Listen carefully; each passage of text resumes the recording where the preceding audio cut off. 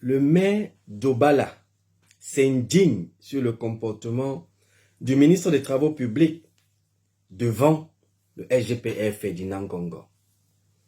Le maire d'Obala, en sa qualité de maire élu de la localité, de la commune d'Obala,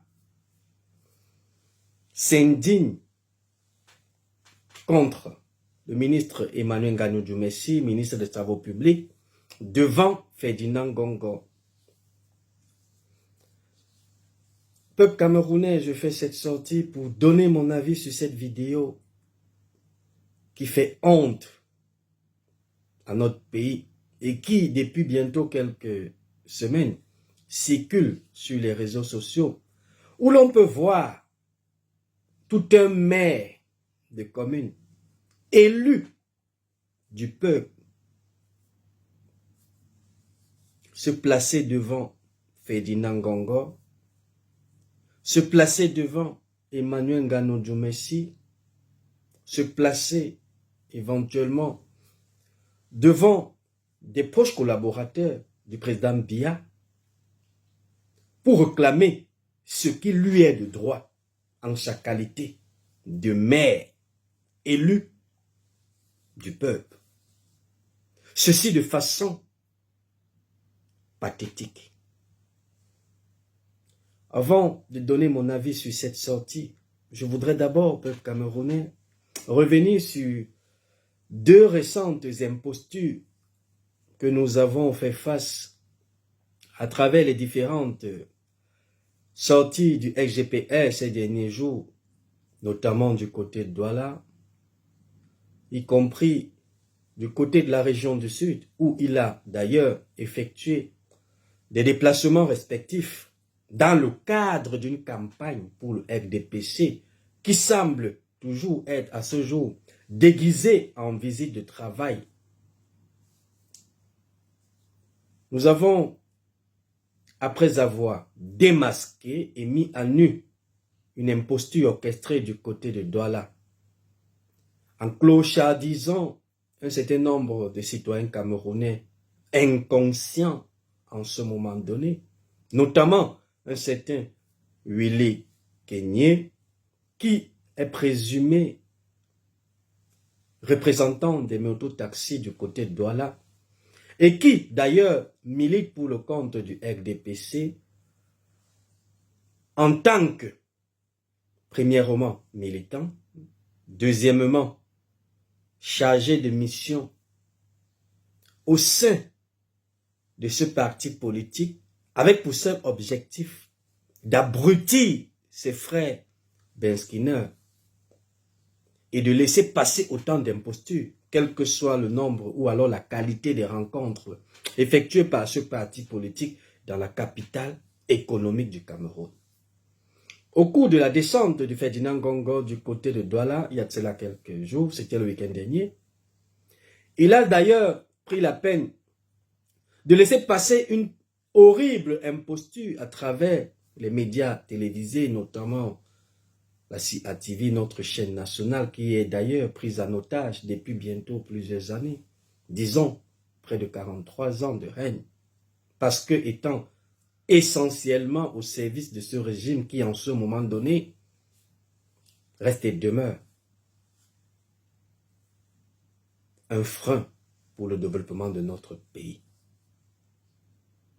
Nous avons donc vu Ferdinand Ngongo déclarer à Mondovision que les Benskiner du côté de Douala soutiennent la candidature du président Biya et qu'ils ont, entre autres, affirmé haut et fort que le président Biya est, d'ailleurs, le tout premier, pour ne pas dire le meilleur Benskiner ou motoman de la ville de Douala, une façon de démontrer aux yeux du monde que l'activité de moto-taxi peut être un modèle à copier par des générations à venir, notamment la jeunesse camerounaise d'aujourd'hui, qui parfois se retrouve dans cette activité parce que n'ayant plus d'autre choix dans un pays où un groupuscule de personnalités a finalement récupéré le pays en otage et pillé l'avantage, ou alors davantage, nos différentes ressources et richesses. Je vous fais d'abord écouter dans un premier temps la déclaration ou alors les différentes déclarations que nous avons d'ailleurs recueillies de ces motomanes qui sans doute ont dit non à l'imposture et qui sans doute ont dit haut et fort que nul ne saurait tenir des discours et des langages en lieu et place d'eux-mêmes tant que eux, compte tenu de leur misère au quotidien, restent et demeurent encore vivants. Écoutez davantage quelques témoignages. Je ne vais pas vous faire écouter l'ensemble, puisque d'ailleurs j'ai pris la peine de rendre public ces différents témoignages de mototaximens du côté de la capitale économique, mettant donc en nu cette imposture que Ferdinand Gongor et sa clique d'imposteurs du côté de Douala ont rendu public à Mondovision il y a de cela quelques jours. Vous dites qu'il y a c'est qui d'abord, parce que moi je ne lui connais même pas. Non, moi je ne lui connais pas. Non, il parle à son propre nom, il ne parle pas au nom des Beskineurs de Douala. Il parle qu'à son propre nom pour ses propres avantages. Il ne parle pas à notre nom. Je ne connais pas Willy. Mais comment expliquer que lors des différentes mobilisations des Beskineurs, c'est toujours lui qui est présenté comme le président?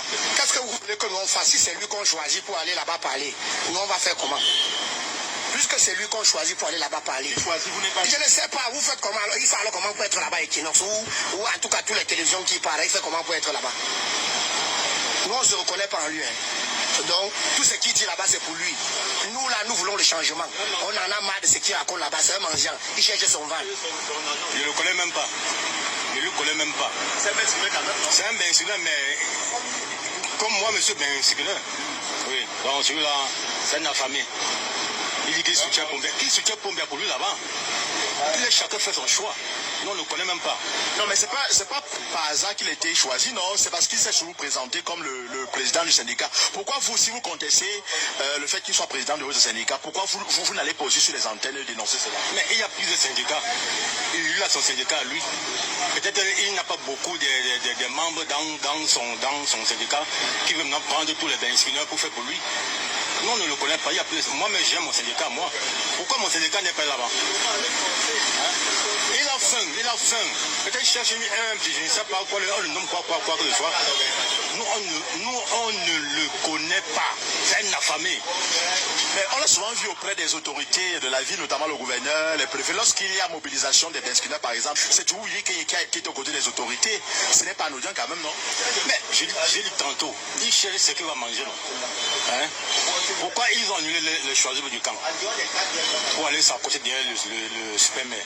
Parce qu'ils veulent que le supermaire donne l'aide dans le paquet pour qu'on porte le choix de MTN pour faire leur publicité avec. Mais ce serait impossible. Donc ça ne va même pas passer. Ils oublient ça une fois. Les propos de Willy Kenny ne sont pas à 100% justes. Pourquoi? Parce que tout Bensikiner de Douala n'est pas pour le gouvernement. Nous sommes scindés. Et il y a les trois quarts qui sont du côté de l'opposition. Vous-même, vous êtes sans ignorer le coût de vie que les Bensikiner mènent. À tout moment, il y a hausse de carburant. À tout moment, il y a hausse de carburant. Alors, les gars ne peuvent pas supporter ça. Ils sont obligés de s'allier derrière l'opposition. Que Willy Kenny vous dise la vérité, normalement. Qu'ils ne passent pas le temps à raconter n'importe quoi aux médias. Tous les Bensikiner ne sont pas pour la candidature du gouvernement en place. Parce que nous vivons mal. Les gars ne s'en sortent pas. Et c'est le seul métier actuellement qui essaie de soutenir les gars. Si les gars ne faisaient pas ça, le Cameroun sera où? Douala sera où? Mais il parle donc au nom de qui, puisqu'il est présenté comme le président du syndicat?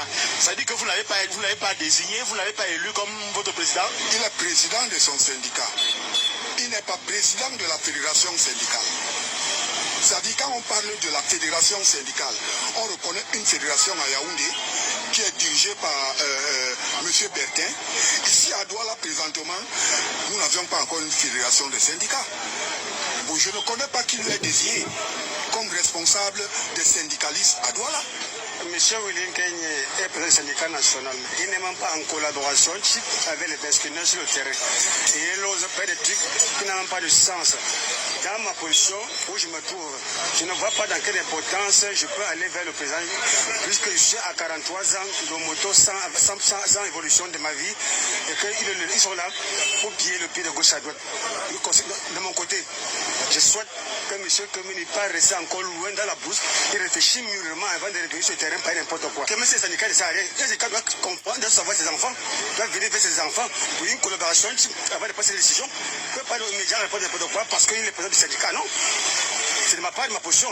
Doit venir voir les enfants, comment vont le terrain, comment vous allez, il y a la forme, qu'est-ce qui marche, ne marche pas, on s'entend. Oui, non, je le connais très bien. Il est qui dans le Le président des syndicats des motos taximan.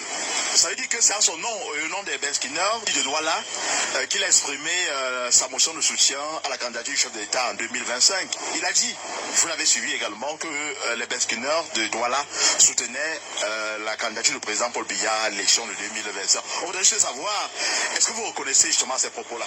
Non, je ne reconnais pas.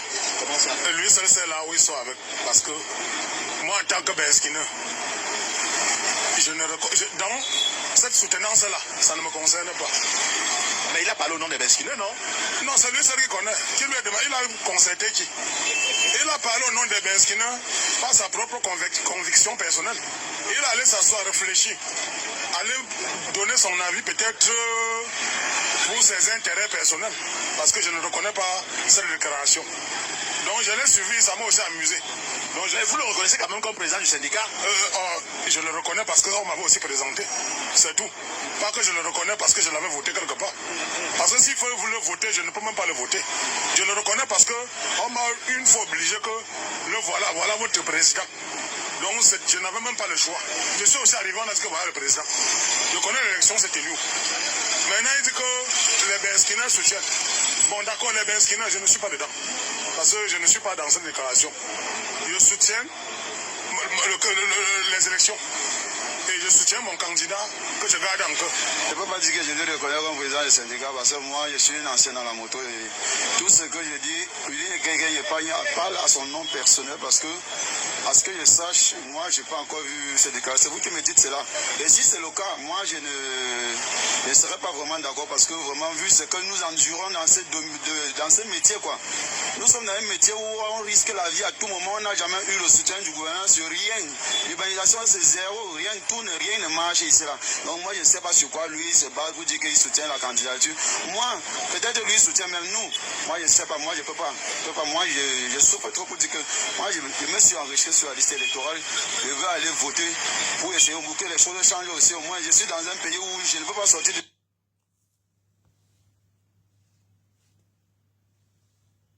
Dans ce métier quoi. Nous sommes dans un métier où on risque la vie à tout moment, on n'a jamais eu le soutien du gouvernement sur rien. L'urbanisation c'est zéro, rien ne marche ici là. Donc moi je ne sais pas sur quoi lui se bat pour dire qu'il soutient la candidature. Moi, peut-être lui soutient même nous. Moi je ne sais pas, moi je ne peux pas. Moi je souffre trop pour dire que moi je me suis enrichi sur la liste électorale. Je veux aller voter pour essayer que les choses changent aussi. Au moins je suis dans un pays où je ne peux pas sortir de chez moi et marcher tranquillement la nuit. Tout est désastreux. Tu marches au Cameroun, tu as peur partout, les kidnappings partout. On est fatigué. Nous on a besoin aussi du changement. On a besoin du changement. Ce régime a beaucoup duré. On respecte le père, on le respecte, c'est notre président, mais s'il vous plaît, nous on veut aussi le changement. C'est tout ce que nous demandons, on veut aussi changer. Nous on a des syndicalistes que bon, on ne sait pas. Les syndicalistes, on n'a jamais vu comment un jour ils ont demandé, ils ont offert les casques aux gens. Je ne sais pas s'ils ne peuvent pas aller voir les sponsors pour qu'on puisse sponsoriser la moto. Parce que tu regardes Douala, on a fait Douala sans penser à la moto, mais la moto est devenue le moyen de transport le plus fiable, le plus utilisé, le plus utile à Douala. Mais malheureusement, nous on n'a pas de stationnement à Douala. Mais tu vas voir, la police nous arrête pour le stationnement. Quand la communauté nous arrête, quand ce ne sont pas les gens d'impôts, finalement on ne sait plus où on est. Donc même là où je suis placé, là, si tu me filmes bien, tu filmes bien ma position, je sais que je suis en Europe, mais je vais faire comment? Nous ne reconnaissons pas les propos de Willy Kenny, autant puisque nous tous ici là, on a compris Willy Kenny autant pour le Bensikin, activement dans le Bensikin. Il y a les acteurs, plusieurs, mais pas lui, mais concernant le pilier de M. Kenny, nous ne reconnaissons pas ses propos. Oui, mais s'il s'est exprimé et s'il est toujours soutenu ou alors choisi lors des rassemblements lorsque les autorités veulent par exemple se concerter avec le secteur des Beskiners, c'est toujours lui qui est en avant-poste. Ça signifie quand même qu'il a de l'autorité dans le milieu, non? Bon, concernant le mototaxement, c'est un secteur vraiment informel, et ce n'est pas à l'unanimité qu'on désigne notre président. Mais s'il se proclame président des syndicats et qui soutient la candidature de M. Pombia ou bien le président de la République, nous les Beskiners, nous ne le reconnaissons pas cela, autant plus que je ne pense pas qu'un jeune comme moi là, qui a peut-être à cet âge, qui doit peut-être connaître pas mon futur, et je m'aligne derrière celui-là qui a avantagé les gens dans le débrouillardisme ou bien un secteur informel comme celui sur le mototaximan. Nous ne connaissons pas le secteur de cette technique. Déjà, le monsieur en question, on ne le connaît pas. On ne le connaît pas et tous mes collègues à qui j'essaie de faire part de cette déclaration disent qu'ils ne le connaissent même pas, ils ne se reconnaissent même pas déjà du tout. Et mon président du syndicat, en fait, lui-même, il n'a jamais été contacté. En fait, on ne le connaît pas. On ne le connaît pas. Et cette déclaration nous a tous surpris parce que personne n'est au courant de cette déclaration qu'il a faite. Qu'est-ce qui explique le fait qu'il soit toujours celui qui est sollicité par les autorités? Généralement, lorsque les autorités de la ville, par exemple, veulent un intermédiaire avec les Beskiners, c'est toujours lui qui est présenté. Qu'est-ce qui peut expliquer dans cela? Je ne peux pas vous expliquer, je ne peux pas vous dire pourquoi est-ce que c'est toujours lui qui est représenté. C'est les autorités, ils ont le système. Mais quand cela ne tienne, lorsque il y a une déclaration ou bien lorsqu'il y a une intervention, nous avons le président des syndicats. En fait, lorsque nous nous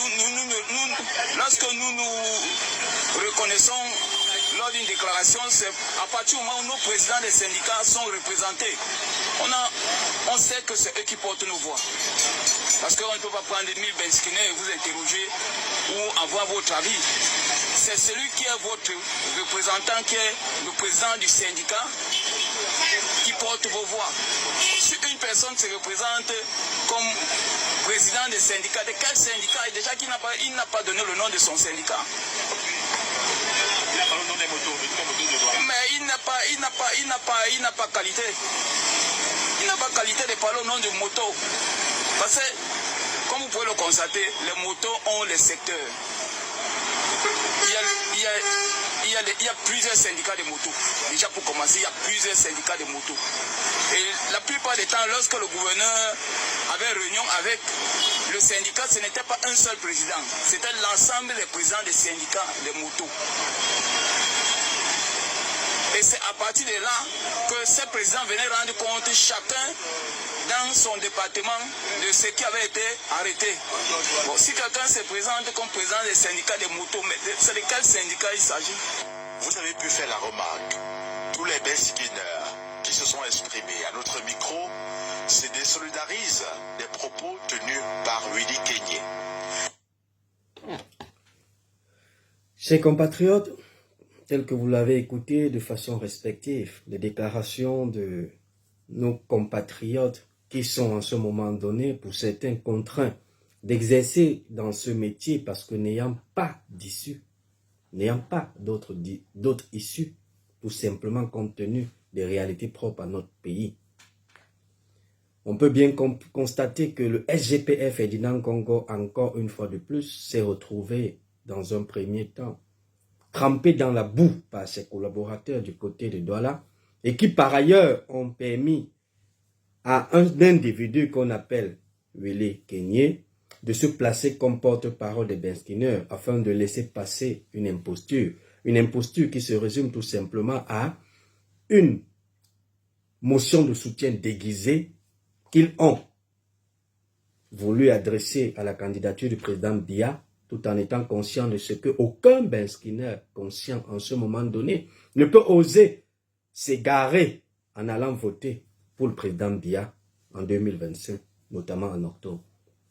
Après cette forfaiture qui a été démasquée encore une fois de plus et qui s'ajoute notamment à une autre imposture que le SGPR, en sa qualité de proche collaborateur du président Biya, a effectué, c'était notamment le 10 février, disons, au niveau du Palais des Congrès à Yaoundé, où ils sont allés récupérer nos étudiants compatriotes dans les universités, afin de les faire remplir le Palais des Congrès pour en présenter une autre imposture à l'opinion nationale et internationale, laissant croire au monde entier que les étudiants ou alors la jeunesse camerounaise est prête à assumer la caution de la candidature du président Biya en octobre 2025. Dans un pays où les jeunes n'ont pas d'avenir, dans un pays où tous les jeunes sont contraints de sortir du pays, même s'il faut risquer leur vie, dans un pays où les jeunes n'arrivent pas à bénéficier des mêmes conditions de vie de façon équitable conformément à la Constitution. Dans un pays où la jeunesse n'a pas de repères, dans un pays où, pendant que les enfants des autorités administratives sont encadrés, bénéficient des grandes écoles, notamment l'ENAM et j'en passe, dans un pays où les enfants de ces hommes en charge des affaires de l'État bénéficient de tous les privilèges possibles que l'on peut avoir dans un pays pour garantir l'épanouissement de tous et de chacun, au détriment d'un bon nombre de citoyens camerounais qui ont malheureusement, pour eux, d'après leurs agissements, vu le jour dans des familles en situation de précarité et qui malheureusement croupit et continue de croupir dans certaines rues du pays, dans nos différentes villes, à cause de la malgouvernance. Après donc cette sortie, ou alors ces différentes sorties du SGPR, nous avons finalement fait face à une autre imposture, cette fois-ci orienté vers les enseignants d'université qui, d'après les imposteurs, soutiennent la candidature du président Biya. Une imposture qui, en ce moment donné, anime la toile et qui d'ailleurs a été rapidement démasquée par des compatriotes enseignants d'université qui, sans doute, après avoir aperçu leur nom sur une quelconque liste en circulation en ce moment sur Internet, malgré le fait que cette liste n'est pas certifiée, voire n'est pas signée, détient néanmoins les noms des enseignants d'université qui, d'après ces imposteurs, comme je dis, qui sont en ce moment donné à la solde du régime dans l'objectif de manipuler davantage l'opinion, pour laisser croire que le Camerounais en ce moment donné vit tellement dans de très belles conditions de vie, dans de très belles conditions de travail, et qui sans doute n'attend que octobre 2025 pour renouveler sa confiance à celui-là, à qui ils ont d'ailleurs pendant plus de 43 ans donné la possibilité de diriger le pays conformément à la Constitution, tout en respectant les droits des citoyens, notamment le droit au travail, le droit à la liberté d'expression, le droit à la liberté d'opinion, le droit à la sécurité, y compris de leurs propres biens, conformément à la Constitution, dans son article 5, qui voudrait que le chef de l'État soit le garant principal, chargé de veiller sur le respect de la Constitution.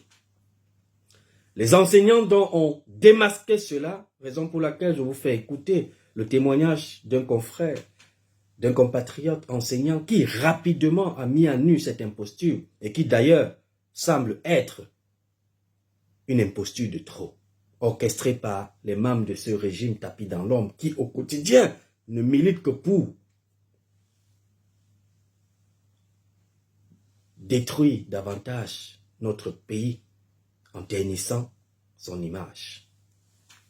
Je me lève ce matin et je me rends compte que une liste circule à travers les réseaux sociaux et mon nom est à la 460e position comme étant signataire. Moi, Zuntolo Sergéry, j'ai signé quoi? Appel à candidature des universitaires et de la société civile de M. Biya à l'élection présidentielle de 2025. Ce n'est pas possible, même mon cadavre ne peut pas le faire. En fait, Et c'est ce que je dis ce matin dans le démenti que j'apporte. Je veux me faire entendre, je veux me faire comprendre. Et je le fais au nom de la plupart des enseignants dont les noms se retrouvent dans cette liste, qui n'ont même pas été approchés, qui n'ont pas été consultés. Il s'agit d'un opportunisme vicieux. En fait, les personnes qui sont à l'initiative de cette liste savent très bien que les collègues ne peuvent pas venir démentir, ne peuvent pas dire qu'ils sont mêlés ni de près ni de loin à cette initiative-là. Pour une raison simple. Chacun espère faire carrière à l'université et pense que sa carrière est précisément entre les mains des caciques de ce régime. Malheureusement, l'initiative constituait elle-même aussi une opportunité pour moi de dire ce que je pense. Que M. Biya, c'est la figure de l'échec de la gouvernance depuis des décennies au Cameroun. C'est un enseignant d'université qui Je ne vais pas entrer dans les détails, je dirais simplement vous-même. Le symbole de Yaoundé aujourd'hui, c'est les poubelles, les immondices. Dans un pays qui est gouverné, dans un pays où les missions régaliennes de la police administrative consistent à la sécurité publique, à la tranquillité publique et à la salubrité publique. Plutôt que de s'occuper de ça, on nous ramène comme si on voulait se prouver quelque chose à la signature des appels à candidature de quelqu'un qui est incapable, ou alors d'un régime qui est incapable de produire la propreté, l'hygiène pour les Camerounais. Non, je ne fais pas partie des signataires de cette liste-là.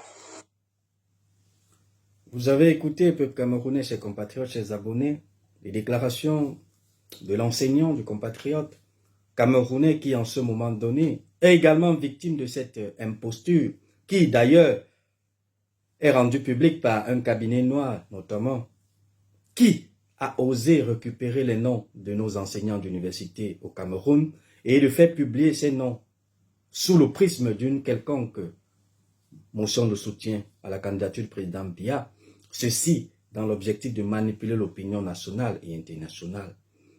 Il s'appelle Eric Nzout, qui est d'ailleurs un enseignant de ce côté du pays et qui, entre autres, est conscient de toutes les difficultés enregistrées dans le secteur de l'enseignement supérieur et qui ne souhaite que le changement en octobre 2025.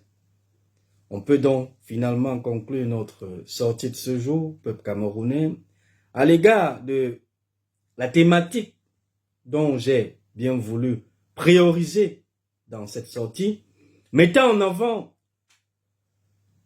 l'attitude d'un maire, le maire d'Obala, qui a complètement oublié qu'il est le représentant des Camerounais de sa localité, notamment de la commune d'Obala, et qui par ailleurs, et logiquement parlant, est censé être celui-là qui reçoit de la part du gouvernement l'ensemble des éléments nécessaires, c'est-à-dire le matériel, les finances et toutes les conditions réunies pour prôner l'épanouissement de ces populations.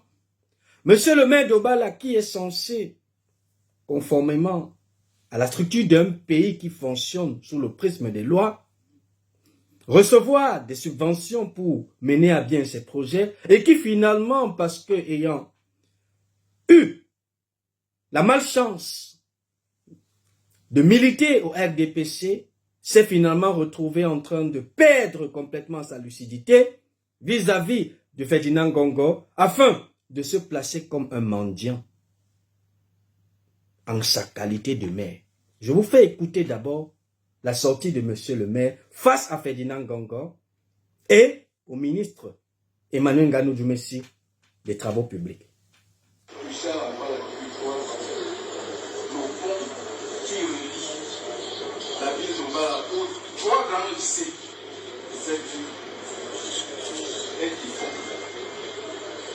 Monsieur le ministre, que je vois en face de moi et je vois ici, s'est engagé à effectuer ces travaux qui n'ont pas avancé, alors que ce pont présente un grand danger pour les populations de ces quartiers. Monsieur le secrétaire général, monsieur le ministre d'État, parce que c'est quelque chose de décider de notre retour que ce pont soit construit. Les chefs viennent de parler. Voilà. C'est le centre de la vie. Je ne ferai pas de jaloux en me disant grand frère de ministre. Voilà, seul a inscrit 52 000 électeurs pour plébisciter le chef de l'État en octobre 2027.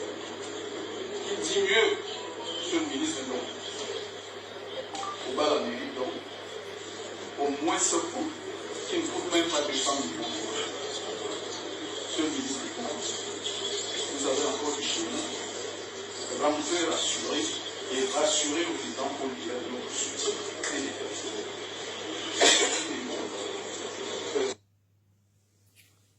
Peuple camerounais, vous avez dans le maire de Bala qui se présente devant le ministre Ferdinand Ngongor,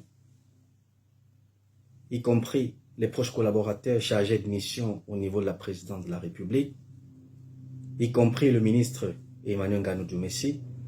Il fait savoir au ministre d'État Ferdinand Ngongor qu'au niveau de Bala, ils ont en ce moment donné réussi à faire inscrire près de 52 000 personnes sur les listes électorales et que par conséquent, il a besoin de faire avancer ces chantiers tout en mettant en avant le ministre Emmanuel Nganou Djoumessi comme étant le responsable de tout ce qui se passe en termes de sous-développement dans cette commune. Voilà donc le résultat d'un régime qui, en ce moment donné, ne sait plus quoi faire, excepté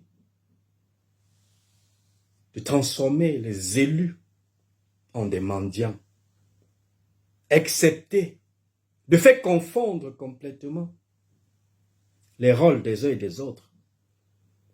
Il n'est pas superfétatoire de rappeler ici que même au niveau du Parlement, notamment au niveau de l'Assemblée nationale et du Sénat, on observe encore dans notre pays des élus de la nation, des députés et des sénateurs qui, tout comme M. le maire de Bala, tel que vous l'avez observé, continuent de se comporter comme des mendiants pendant que la Constitution conclut les rôles des uns et des autres. Le maire dans un pays est censé recevoir de la part de l'État les éléments essentiels pour mener à bien l'épanouissement de ses concitoyens. Le député de la nation et le sénateur sont entre autres des représentants du peuple dans l'hémicycle. Comment comprendre que le garant de la souveraineté nationale, qui est le peuple, se retrouve en train d'avoir des représentants qui se comportent comme des mendiants et qui, par ailleurs, ne pensent qu'à leur tube digestif. Parce qu'en réalité, comment qualifier l'attitude du maire d'Obala si ce n'est de la mendicité? Un maire qui se place devant Ferdinand Ngongor. Ferdinand Ngongor qui n'est que secrétaire de la présidence de la République chargé de mettre à la disposition du maire le nécessaire pour garantir l'épanouissement des citoyens. Mais par contre, on observe un maire qui perd complètement sa lucidité et qui se transforme en un mendiant devant celui qui est chargé de mettre à sa disposition, conformément aux dispositions prévues par la loi, le nécessaire pour prôner l'épanouissement des citoyens. Raison pour laquelle, peuple camerounais, tout ce que je viens de vous présenter dans cette sortie justifie l'urgence et la nécessité d'avoir un souffle nouveau dans notre pays dès octobre 2025. Allez massivement vous inscrire sur les listes électorales. Nous nous battons corps et âme en ce moment donné pour que Elecam respecte le code électoral et la Constitution. Nous nous battons en ce moment pour que Elecam rende public le fichier électoral national, tout en étant conscient de ce que tout ce que les collaborateurs du président Biya sont en train de mener en ce moment donné sur le terrain ne vise que à distraire le peuple camerounais face à la réalité, afin de laisser passer la fraude électorale que nous allons, corps et âme, empêcher en octobre 2025. Bon week-end à toutes et à tous. Je suis Fernand Tech et à bientôt.